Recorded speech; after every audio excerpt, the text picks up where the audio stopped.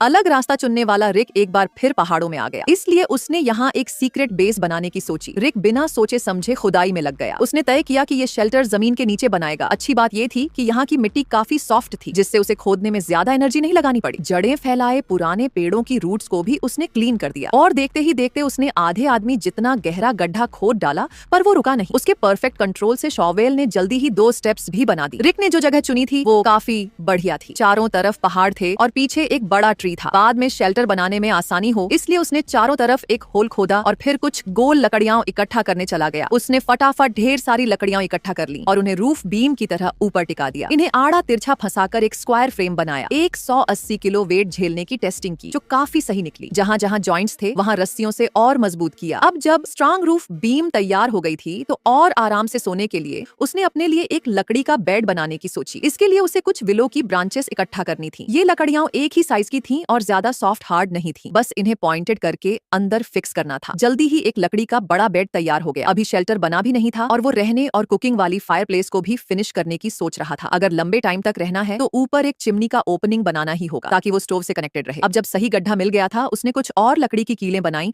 और उन्हें नीचे की स्टेप्स में एक एक करके गाड़ दिया ताकि नीचे की स्टेप्स को फिर से प्रोटेक्शन मिल सके। रिक को इतनी मेहनत से घर बनाते देख शायद किराए का घर ही ले लेना चाहिए। ग्रेजुएशन के बाद किराए पर घर चाहिए तो 58 टोंग पर डायरेक्ट लैंडलॉर्ड से किराए पर ले सकते हैं, कोई एजेंट नहीं। उसने हर स्टेप को रॉक से ढका, फिर पास से कुछ छोटी लकड़ियां ली। ये सब वुडन बोर्ड्स के लिए बढ़िया मटेरियल थी। बस उन्हें एक ही साइज का बनाना था और फिर उन्हें रफ ग्राउंड पर एक एक करके बिछाना था। क्लीनलीनेस पसंद करने वाला रिक सीढ़ियों को भी बहुत स्मूथ करके बिछाया था और जहाँ भी गैप था वहाँ काई मॉस से भर दिया था। इससे बारिश में मिट्टी बहने का रिस्क भी कम हो गया और पूरी जगह का ओवरऑल लुक भी बढ़िया हो गया। बात यहीं खत्म नहीं हुई। अंदर के इंटीरियर के लिए भी रिक के अपने आइडियाज थे। उसने पिकाक्स से ग्रूव्स खोदे, फिर बचे हुए लकड़ी के पीसेस उनमें फिक्स कर दिए। ये नीचे के स्टोव से मैच कर रहे थे और एक आर्टिस्टिक ह्यूमन फेस का शेप ले रहे थे। रिक ने इसी तरीके से दूसरी तरफ भी सेम टू सेम वैसा ही बनाया, बस नीचे एक छोटी डाइनिंग टेबल जोड़ दी। इससे स्पेस भी बची और रोज खाना खाने में भी काफी इजी हो गया। अब बाहरी स्ट्रक्चर तो तैयार था, बस फिनिशिंग टच का इंतजार था। नए घर में जल्दी रहने के लिए उसने ऐसा फ्लैट रूफ डिजाइन चुना। इस तरह की रूफ बनाने में कम मटेरियल लगता है और ये बनाने में भी काफी सिंपल होती है। बस लकड़ियों को एक एक करके बराबर बराबर रखना था